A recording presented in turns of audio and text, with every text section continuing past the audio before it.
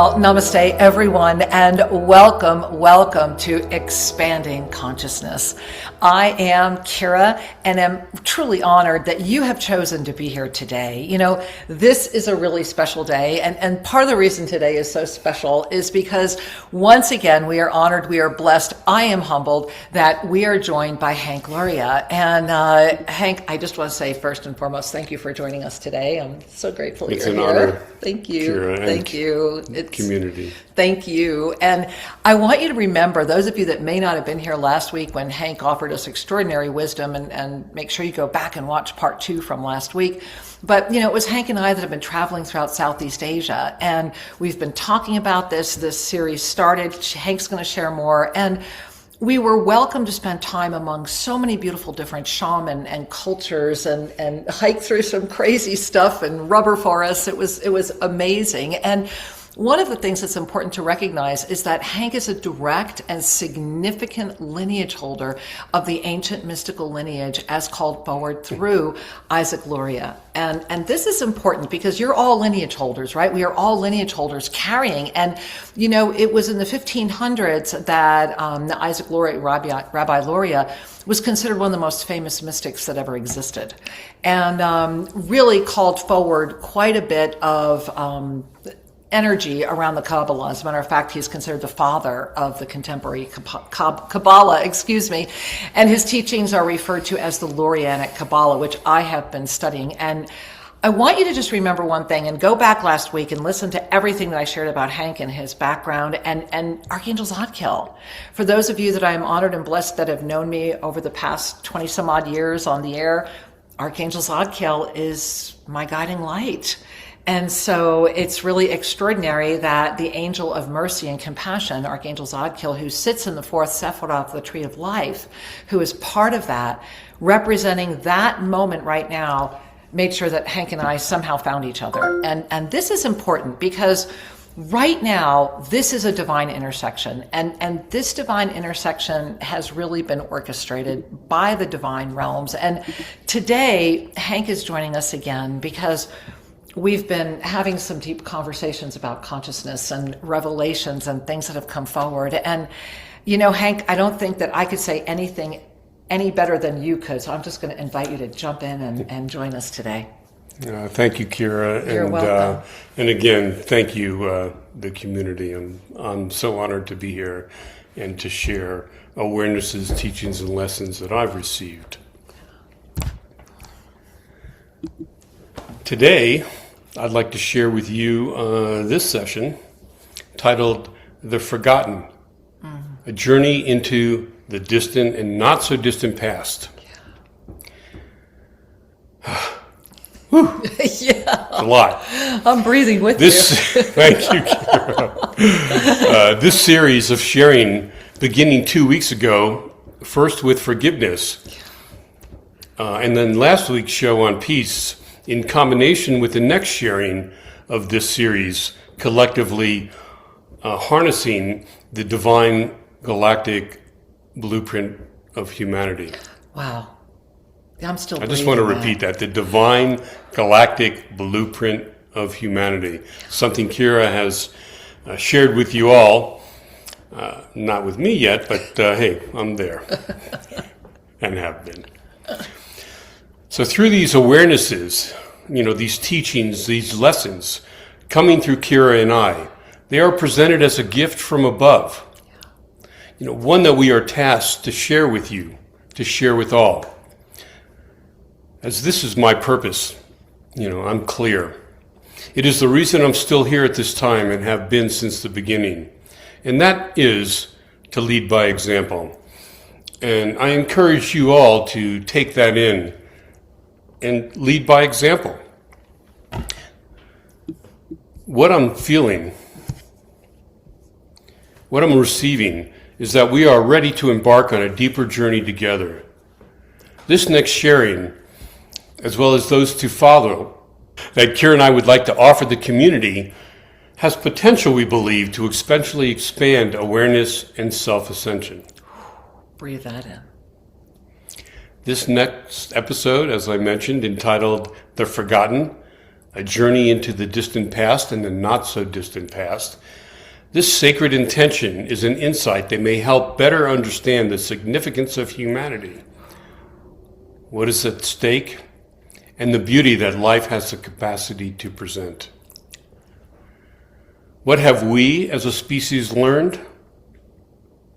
I kind of sense more accurately, what have we forgotten? Okay, hand to heart. That's amazing. More accurately, what have we forgotten? You know, that is the insight. That is where we're at right now. And Hank and I are really so honored to have this moment with you and to talk about the divine galactic blueprint, to talk about how humanity is at that moment where, as Hank just shared, that we have the potential right now in this very minute to exponentially expand awareness and the yoga of self-ascension through the divine activation of our divine galactic blueprint. Now, if you're unfamiliar with the divine galactic blueprint, well, Hank and I are really going to be talking about that a lot today as far as the way that you are actively calling this into your life, the way that you can live this energy, that you can model this energy. It's not just a table conversation. It's a conscious choice. It's an awareness. And, you know, Hank's asking the big questions, and we're all asking the big questions right now. And as I mentioned in our past episodes, January, February, March 2026, those three bells are ringing. The first one rang in January, February is right on us, and March is before us as well. And in this moment right now, in preparation for this moment, we're moving into the Easter season. We're moving into the season where so many different things come up, where Passover is before us, where everything starts saying hello.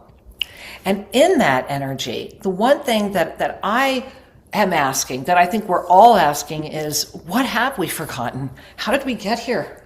Why is this all happening? And I want to invite Hank into this conversation because this is a question, a very similar question presented at this time of year that Hank carried forward that is so relevant for now that I'm honored you're sharing with us. So sit back, relax, and receive. Thank you for the invitation. You're welcome. So, in preparation for 2023 Passover Seder, I was presented, with a question. What is Passover significant? What does it mean to me? To me, it's a reflection and relevancy to the present. This question inspired me to dig deep and articulate some of what is swirling around my mind at that time and in that moment. Passover teaches us about oppression of the Jews, their plight and flight from Egypt during the 16th century BC. 2,300 years have passed since the Hebrews' exodus from Egypt. And what have we as a species learned? More accurately, what have we forgotten? What measures have we put in place to affect positive change? Overall, as it pertains to humanity, not really all that much. Yes, we have made and continue to make significant advances in industrialization, technology, medicine, understanding human behaviors. As far as human interaction and environment, sure, we've learned a lot. Yet do we truly understand? Have we utilized best practices and applied these understandings to protect the environment, the fauna, the flora, our natural resources? Mankind? I think not. History has documented oppression, famine, killing, destruction on a global scale, and what? Today, they still exist, yet on a much larger scale. In the Spanish Inquisition, approximately 150,000 people were prosecuted for offenses, and 30,000 of which were executed. 300,000 Jews, a quarter of the Spanish population, had to convert to Catholicism or flee Spain. In World War I, 20 million deaths, 21 million wounded. Approximately half of those were civilians. And in World War II alone, it is estimated that between 50 and 56 million military and civilian fatalities, 19 to 28 million deaths from war-related disease and famine. Half of those were civilians. A mere 80 years have passed since the Germans exterminated 11 million people, 6 million of which were Jews. though 11 million people.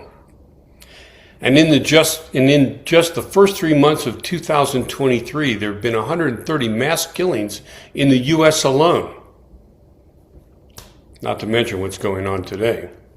The list of human oppression and the killing of humans by another human goes on.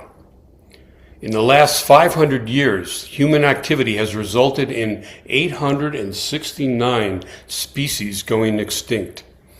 Since 1970, humanity has wiped out 60% of the mammals, the birds, the fish, and the reptiles on Earth. 1 million species are currently under threat of extinction because of humans, and yet we truly don't know the real extent. For there are only 1.9 million species that have been documented out of an estimated 13 to 14 million species that exist here on our planet. Look around. The world as we know it is collapsing. Selfishness, greed, ego, dominance, power, killing, and destruction on an individual and mass scale exists in the here and now. In Ukraine, throughout Africa, Asia, the Middle East, Central and Central America, actually the world over, even here in the U.S. and in Israel. This writing doesn't even begin to touch on what's happening here in the U.S. and around the world for these unconscionable actions taking place at this time in our lives. They're mind-blowing. So I pose the question, where is our humanity, our humanness?